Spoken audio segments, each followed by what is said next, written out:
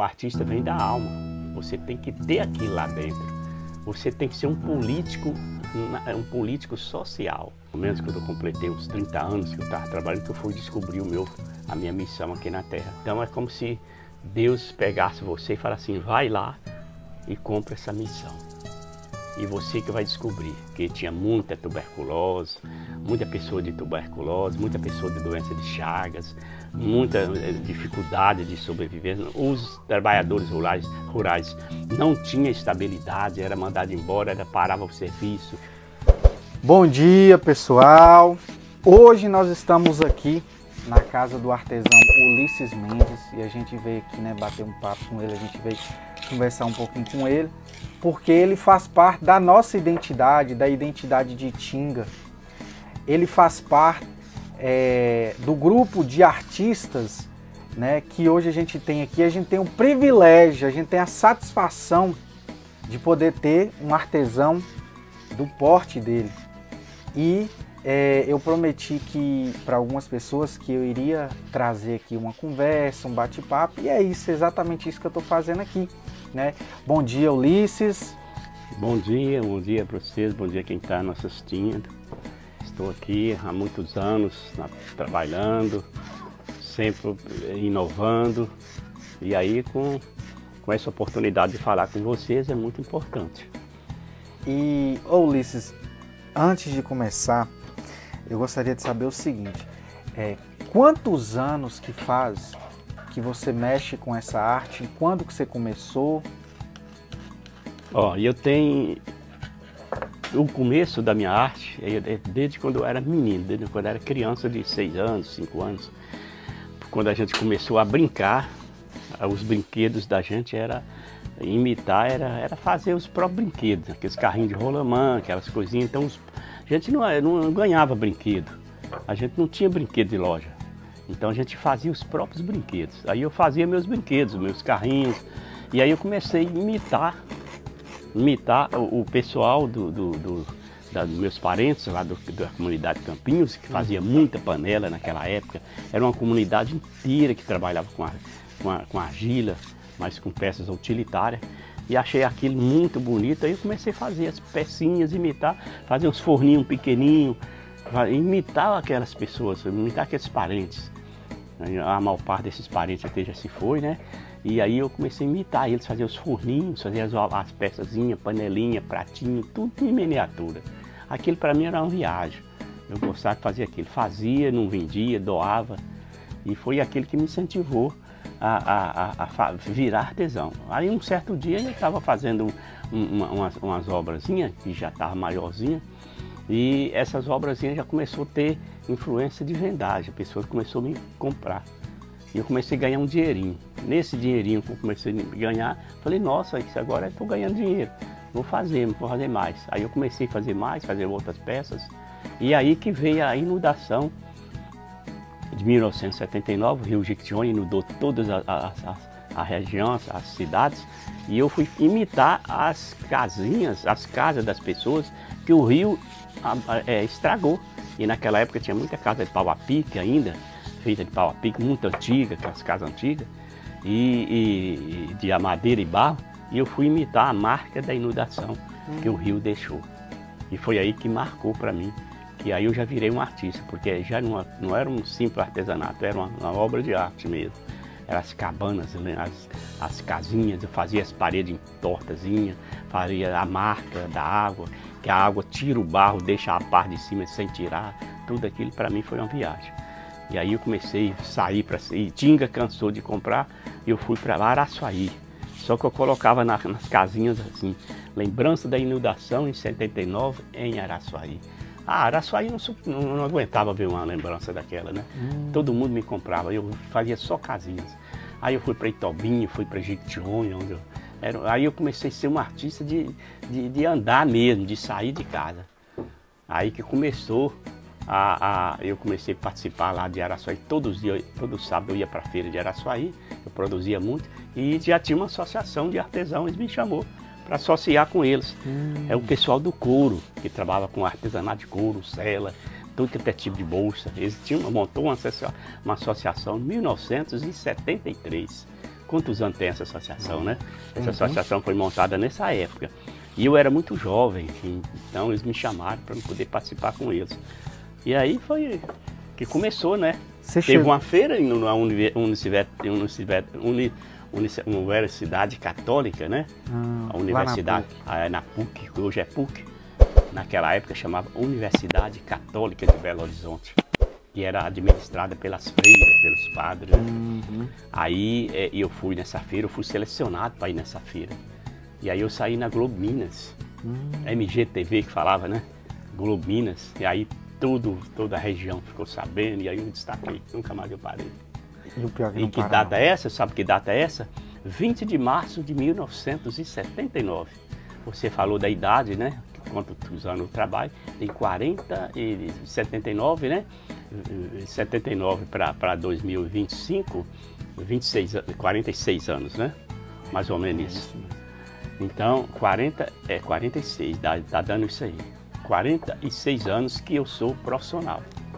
E a sua influência é o dia a dia, né? A sua inspiração é o dia a dia, é o que você vê, é o que você registra com seus olhos na casa de um sertanejo, na casa daquela pessoa mais simples.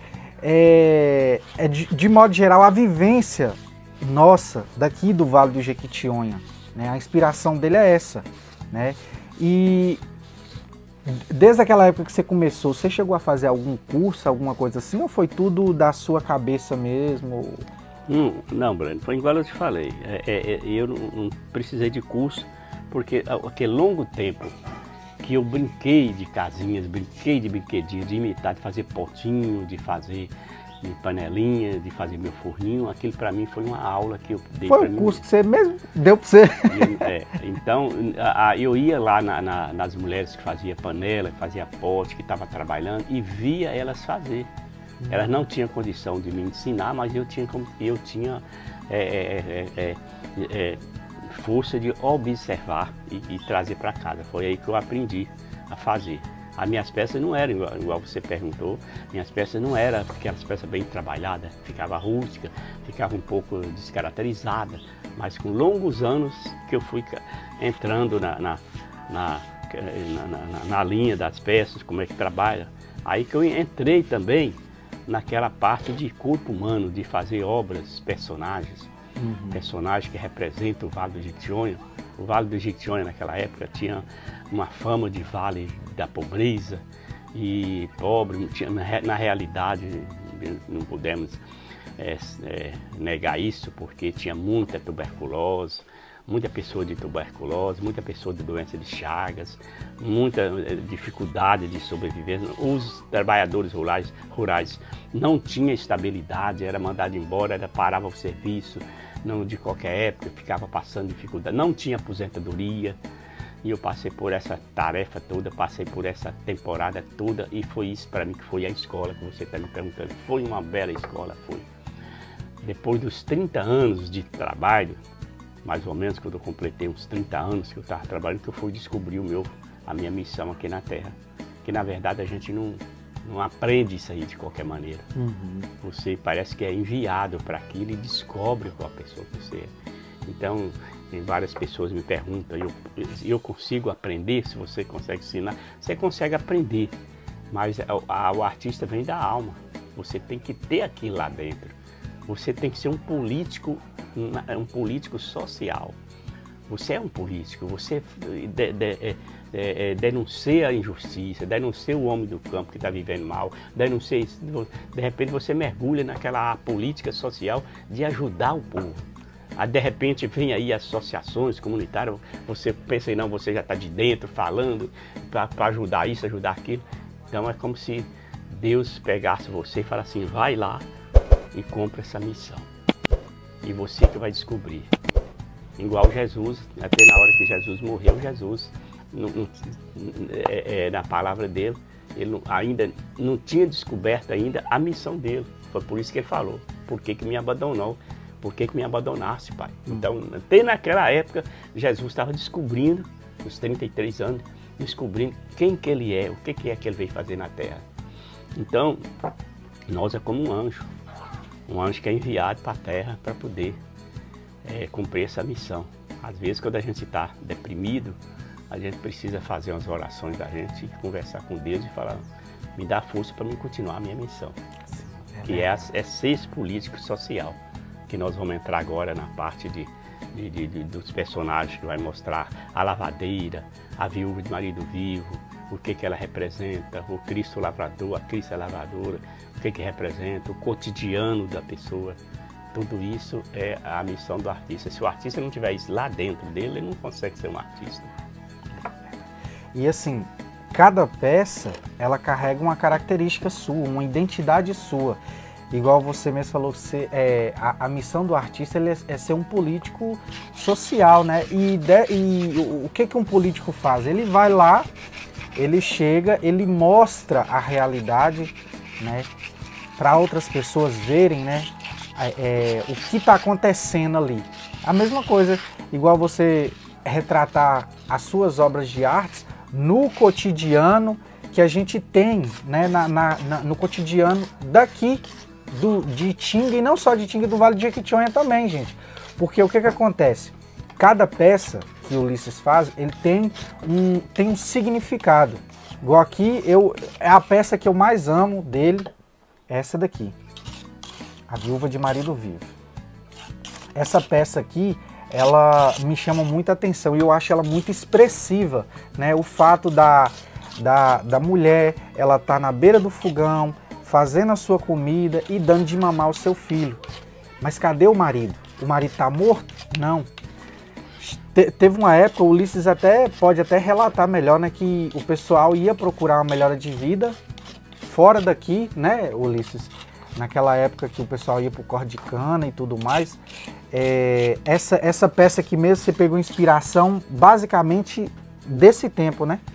Então, a Viúva de Marido Vivo, ela é um personagem que foi criada, descoberta, o nome dela, Viúva de Marido Vivo, nas associações comunitárias, embora eu falei com você que quando a gente pensa que não, a gente já está mergulhado nessas entidades.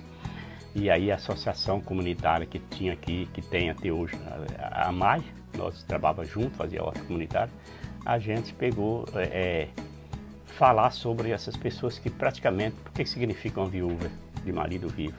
Porque ela fica em casa cuidando do marido, da casa, 1 ano, até 2 anos, que o marido fora, e ela tem que ser marido, tem que ser esposa, tem que ser tudo.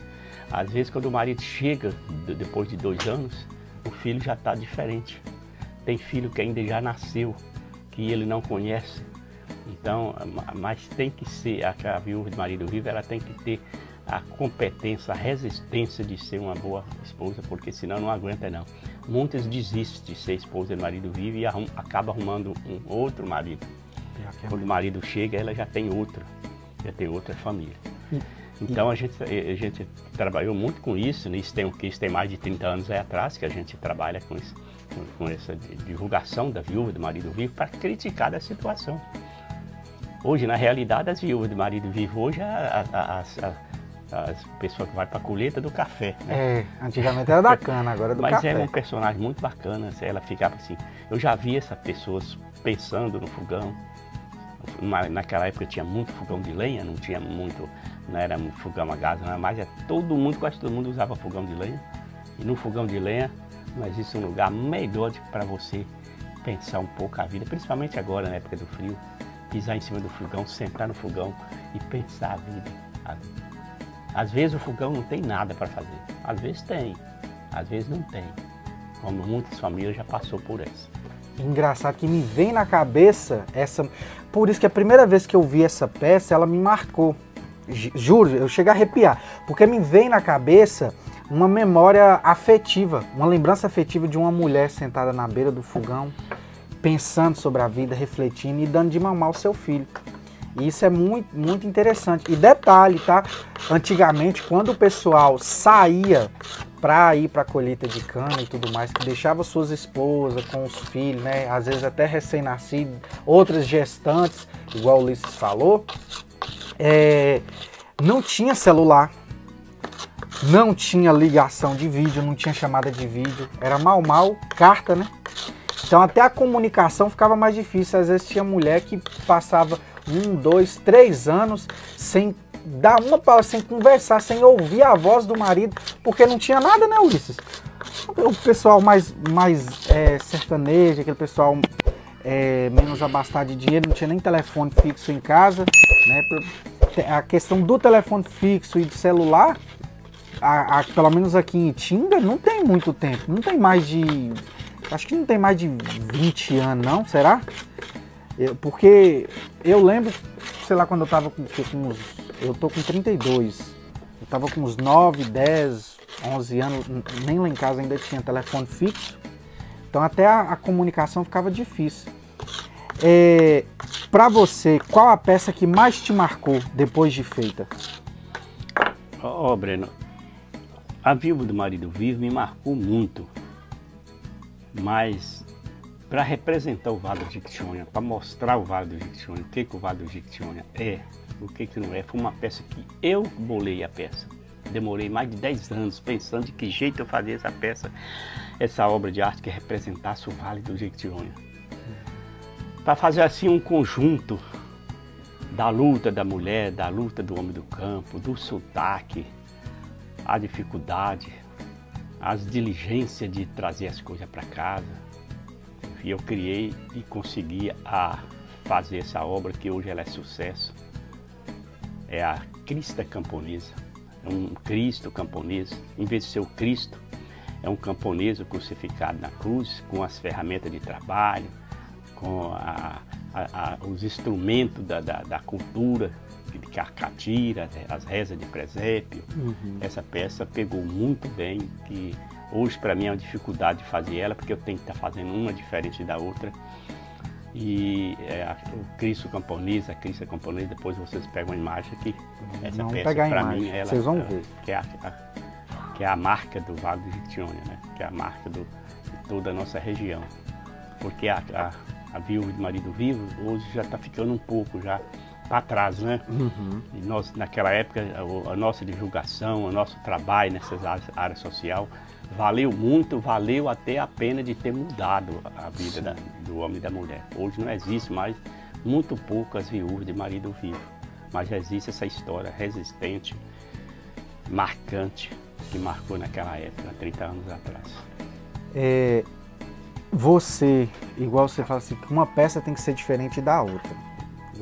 As peças que mais te marcou foram essas, né? A Viúva de Marido Vivo e a Cristo Camponês. Além dessas, assim, você acha que você tem em mente alguma, igual você falou que você demorou 10 anos para pensar em uma peça que pudesse representar o Vale. Hoje, você tem alguma em mente? Assim, que você fala assim, olha, eu vou criar esse tipo de peça aqui, uma crítica social, eu vou criar. Não sei quando, mas eu vou criar. E quando eu criar, eu sei que vai ser exatamente isso que eu estou pensando, o que eu estou representando. Você tem alguma peça assim em mente ainda que você não fez? Assim, se você quiser e puder contar ou não, aí fica a seu critério.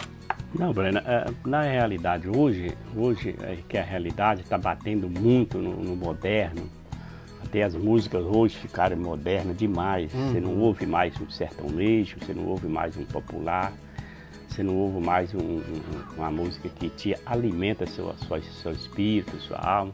Você só vê esses lixos sonoros que fica prejudicando a criatividade do povo. E até os artesãos começam a ser infectados nesse lixo sonoro que existe hoje. Isso está atrapalhando até os artistas. E segundo, para mim tem uma peça hoje criada, que eu vou lançar ela, que ela vai representar a realidade, para mim não tem graça, que a realidade nossa hoje é muito diferente. E aí está sendo muito mais difícil para nós hoje criar uma obra de arte do que antes. Que antes não precisava você inventar muito, você via o cotidiano acontecer. E agora, para você criar uma obra de arte que ela representa o Vale do Jequitinhonha, você tem que estar como se garimpar uma pedra preciosa no meio de muito lixo, de muita coisa descartável. Isso é verdade. E é o que nós estamos fazendo. O que a gente está mudando um pouco para poder mudar o gosto das pessoas, pegar a realidade, e essa obra já está ficando mais difícil. Você criar ela assim, na área E é moderna. o que causa um bloqueio muito grande na cabeça da gente, às vezes acaba atrapalhando demais, demais. E aí o que acontece com nós hoje, nós artistas hoje? A gente o melhor para nós é lembrar do passado. Tem gente que fala assim, não, o Vale do Jequitinhonha não é isso hoje mais. Eu falei, não estou falando que o Vale é, eu estou lembrando da passagem que nós passamos. E o que eu tenho em mente de segunda peça, a segunda obra, para lembrar o que o Vale do Jequitinhonha já foi, é as canoas, é nessa área de canoas, as chalanas que passavam levando passageiros, transporte de canoas junto com as tropas. Poucos artistas lembram que existiu essa dificuldade de transportar os produtos. Itinga foi uma cidade que foi feita através das tropas de canoas. Itinga era um lugar de parada, era um porto de parada. Ali naquele calçamento lá embaixo, que você pode pegar uma imagem dele, aquele calçamento chamava-se Porto da Branca, porque ali era uma subida e todas as casas eram toda colada uma na outra, igual Diamantina, casona antiga, e essa rua chamava Rua das Sete Portas. Por que Rua das Sete Portas? Porque tinha 7 portas, 7 casas, sete casas de prostituta que recebiam o transporte. Ali embaixo, ali na ponte, ali é onde que... Ali embaixo, ali seguindo ali no Banco do Brasil, ali, Oh! aquela rua ali. E ali morava vários artistas, morou vários artistas, como Pedro Santeiro, o filho de Pedro Santeiro, o Zé Coati.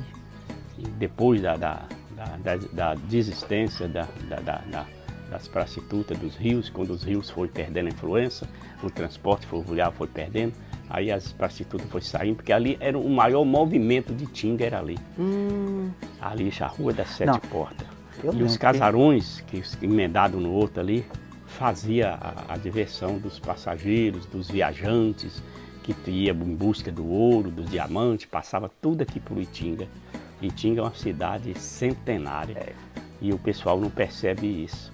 E aí está aquele calçamento lá, e aí nós falando da crítica social, essa crítica popular, está aquele calçamento lá abandonado, que ele deveria ser utilizado como um ponto de lembrança. É um ponto histórico, né? Itinga já foi. Exatamente. Inclusive meu pai era canoeiro. Eu tenho muito orgulho de falar isso, porque eu vou te falar a verdade. Itinga, ela foi construída, eu digo que Itinga foi construída através da canoa, dos canoeiros, porque todo material para os vendedores que tem aqui, para os comerciantes que tem aqui, vinha tudo à base da canoa e da balsa, né? Alguns comerciantes, por exemplo, seu Jeremias, meu pai cita muito, porque o pai tinha muito conhecimento com Jeremias, tem muito conhecimento com seu Jeremias, que ele ainda é vivo, né? Ele pegava o carro dele, ele ia lá para a balsa para pegar as mercadorias, para descarregar o caminhão descarregava, ele transportava, então tinha toda essa dificuldade. Hoje não tem mais, né? Hoje não tem mais, mas é uma história que ficou marcada, e você vê que lá na balsa hoje está abandonado, lá na parte da balsa, né? Tá, infelizmente. Eu vejo aqui que você tem alguns lavradores crucificados, tem a viúva de marido vivo. Você chegou a ter, eu já vi na verdade, você chegou a ter uma peça com a canoa, não já? É isso que eu estou falando, né? As canoas, a peça que tem a ver com as canoas, voltar essa lembrança aí, que foi muito bonita essa lembrança. As canoas transportando os passageiros de um lado para o outro em Itinga, né? Na Casa da Cultura tem uma que eles me compraram para ser. E também tem a canoa, que eu não tenho ela aqui para te mostrar, que era coberta por cima toda de renda, que era a chalana. Essas canoas transportavam os passageiros nobres, né? Que ia para os colégios, que ia para outra cidade, Diamantina, E aí essas canoas chamavam chalana, a chalana de Rio de Água Doce. Ela era muito grande, muito pesada. Elas funcionavam, elas navegavam tudo através de velas. Colocava vela e o vento tocava elas para cima. Quando o vento parava de tocar, eles paravam e ia almoçar, ia dormir, ia descansar. Aí quando o vento continuava, eles tornavam a vela e seguia. Ela era muito pesada. Então era impossível até de fazer uma longa viagem só empurrando ela nas varas. E as varas, as longas varas que tinha, era só para poder desviar das correntes das águas. Uma época muito boa. A gente gostaria até de viver essas épocas. E cada canoa dessa, cada transporte dessa que nós estamos falando, era uma empresa, que na época, você vê, naquela época já tinha essas empresas, né? As empresas fluvial que a gente fala, elas tinham 12 canoas. Isso dá o nome de bandeira. Uma bandeira de canoa tinha 12 canoas. 12 canoas são a carga, para transportar 10 canoas para a carga e 2 canoas para a comitiva. A comitiva são as pessoas, são os maridos, são as mulheres, e nessa comitiva, cada comitiva tinha um cantador, um violeiro. Os violeiros dos rios que navegavam junto com as canoas, esses eram os melhores violeiros que tinham.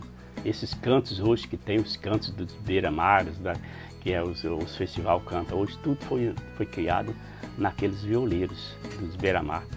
E nesses violeiros, esses violeiros eram contratados só para cantar, na época que parava a canoa, parava que ia acampar, que ia. Aí para amenizar aquela viagem, esse violeiro tirava a viola do saco e ia cantar. E quando a viagem estava seguindo para cima, subindo o rio acima, que era cansativo, o violeiro tirava a viola e ia cantar, para amenizar o peso da viagem. E nesses cantadores, o mais talentoso, que destacou mais na época, chamava Tatalô. Tatalô foi um dos melhores violeiros de rios, de viagem de rios, o pessoal dava o nome, cantadores de beira-mar. Era o Tatalô. Só que ele não cantava para show, ele cantava só para as viagens. Ele ficou naquilo ali. E quando as pessoas saíram das beiras, que escutava aquela voz bonita, sonfonada pelo som da margem do rio, que o rio tem um som, igual a mata tem um som. Você grita na mata, daquele eco, o rio também tem esse eco. Junto com a voz do Tatalô fazia aquela melodia mais bonita. E a voz ia longe com o silêncio do rio. E aí as pessoas saíram, tá passando uma canoa, tá passando as canoas, tá passando os cantadores. O pessoal que morava nas margens do rio saía para ouvir e ver o cantador cantar, o violeiro cantar. Mas Tatalô não gostava de cantar para público, não gostava que as pessoas estranhas ouvissem ele cantar. Aí ele parava de cantar ou ele cantava em versos pornográficos. É mesmo? Que as pessoas ficavam com vergonha e saíam dos barrancos do rio. Só por causa porque ele não gostava? Ele não gostava. E ele não estava ali para cantar para quem estranha, ele estava ali para cantar para comitiva de canoas. Aí ele jogava aqueles versos e entrava em parte pornográfica. Ixi. Porque as pessoas eram muito vergonhosas na época, saía já. Aí as pessoas se entenderam, já começou a conhecer Tatalô. Aí eles ficaram, quando o Tatalô vinha cantando, a canoa vai voltando de novo, a comitiva está voltando de novo, falava comitiva. O pessoal aprendeu a falar comitiva. A comitiva está voltando, de uma canoa atrás da outra. Vamos ouvir o Tatalô cantar. Mas ficava escondido de trás das moitas, para poder ver. Só para ver. Assistir. Aí ela assistia o show de Tatalô até descer cá embaixo, até subir lá em cima, na margem do rio. E você falou a questão de festival. Esse ano você vai no festival? Não vou no festival. Por quê? Eu fui um dos pioneiros a participar de todos os eventos do festival. Porque naquela época o festival era escolhido os artistas. Os artistas eram convidados através de carta, igual você falou. Mandava carta, você é convidado para a feira, você é convidado para isso. Hoje eles estão com o modelo de fazer o festival aí, essa gestão última de agora, de descer um edital e você candidatar. Então isso para nós é uma ofensa, né? Uma falta de respeito para a gente. Porque eu tenho que me candidatar e eles escolher meu nome. E eu, olhando o edital, eu vi lá que os mestres não precisam ser não precisa ser selecionado, já é selecionado direto. Mas mesmo assim eu acho que é uma falta de respeito, porque a gente fez os movimentos. Eu sou criador do movimento festival, esse movimento aí. Então seria que se eles convidar a gente para participar, a gente chegará com mais respeito para poder expor. Sendo que a gente não é convidado, a gente é escolhido, principalmente ser selecionado porque se ofereceu. Então, como se diz a história que existia, os oferecidos não tem valores, né? Então eu vou lá, esses eventos aí. Também não tem obra para estar expondo de feira, né? Hoje eu gosto de expor em exposição. Temos um lugar certo para expor as peças, não importa se vende, se não vende. Aí eu estou lá expondo, se vendeu bem, se não vendeu, vende aqui em casa. Que é essa parte que nós vamos chegar agora, porque a parte, igual você falou do celular, você falou hoje tem a internet, dessa parte, a vida moderna hoje ajudou nos pontos e atrapalhou em outros. Mas hoje, os artistas hoje, na parte positiva da vida moderna hoje, do desenvolvimento hoje, é que os artistas não precisam sair de casa para vender seu produto. Que a internet hoje divulga, mostra. Hoje o artista hoje fica mais intocado. Nós viramos hoje artista curupira. Ficamos só intocados dentro dos pés de serra hoje. E eu já ia chegar nesse ponto. Para quem quer ver suas obras de arte e adquirir suas obras, tem algum telefone, algum Instagram que você possa estar passando para divulgar? Olha, eu tenho um Instagram que ainda eu tenho que aprender a usar ele. Que para mim é uma dificuldade estar se oferecendo meu trabalho. Eu não gostava de fazer isso. Até hoje eu nunca fiz isso. Vou ter que fazer, vou ter que entrar nessa, não tem jeito. Mas até hoje eu nunca ofereci. O pessoal que procura, pesquisa, né? E descobre, né? Até hoje eu vivi assim. E eu tenho meu telefone, né? Que hoje é o telefone de Zap, que é 99905-3001, que é o Zap, né? Que o DDD 33. Que o DDD é 33. Mas se pesquisar, com essa longa trajetória que eu tive na vida, qualquer pesquisa cultural... Só dá um Google que vocês vão achar. Que esses documentários, igual esse que você está fazendo, e outros que foi feito, documentários e mais documentários. E aí eu estou em vários lugares dessa mídia aí. É como se nós falássemos, igual eu falei passado, né? É um garimpo. Se garimpar, me acha. Exatamente. Contando as e histórias. Assim, pessoal, para você que quer adquirir uma peça, uma obra de arte, é só entrar em contato por esse telefone que o Ulisses falou. Eu vou também estar deixando aqui o telefone, né? Lembrando que as peças, as obras, elas são exclusivas. Não tem uma peça igual à outra. São sempre peças, uma diferente da outra. Tá? É a identidade dele, é a característica dele, é a alma dele que está naquela peça. E cada uma representa uma passagem da vida, né, que já se foi, uma passagem daquilo que ele já vivenciou ou que ele já viu com os olhos dele. Tá? Então, assim, valorizem mais os seus artistas, os artesãos da sua região, porque infelizmente hoje em dia tem se perdido e a gente precisa resgatar isso, a gente precisa valorizar mais a nossa cultura, a nossa arte, que com o tempo ela tá se desfazendo, a modernidade está entrando e a gente está deixando aquilo que é duradouro, aquilo que é mais precioso passar pelos nossos olhos, né? E a gente não quer isso, né? Então entre em contato, veja as peças, tem peças aqui. Eu até vou colocar algumas aqui, vou mostrar algumas para vocês verem a coisa mais linda que é uma peça é mais linda que a outra. E é isso, eu te agradeço, Ulisses, por esse momento de conversa, por esse tempo de conversa. Para finalizar, eu sempre falo isso, para finalizar, você quer deixar alguma mensagem para os jovens de hoje ou para as pessoas que estão indo assistir esse vídeo? A mensagem que sempre a gente deixa, né, é que independente de que alguém interessa aprender a arte ou não interessa aprender, mas a arte faz muito bem para qualquer aprendizado, né? e faz bem também para a memória, bem para a vida, para basear na sua profissão que você vai seguir, que sempre é bom você ler um livro, você pegar um bolo de bar, fazer alguma coisa, mentalmente é muito bom para a saúde mental, né? E mergulha na arte de qualquer maneira, independente que você vai ser um artista para vender ou não, isso aí já é diferente, mas faz bem para a saúde de qualquer maneira.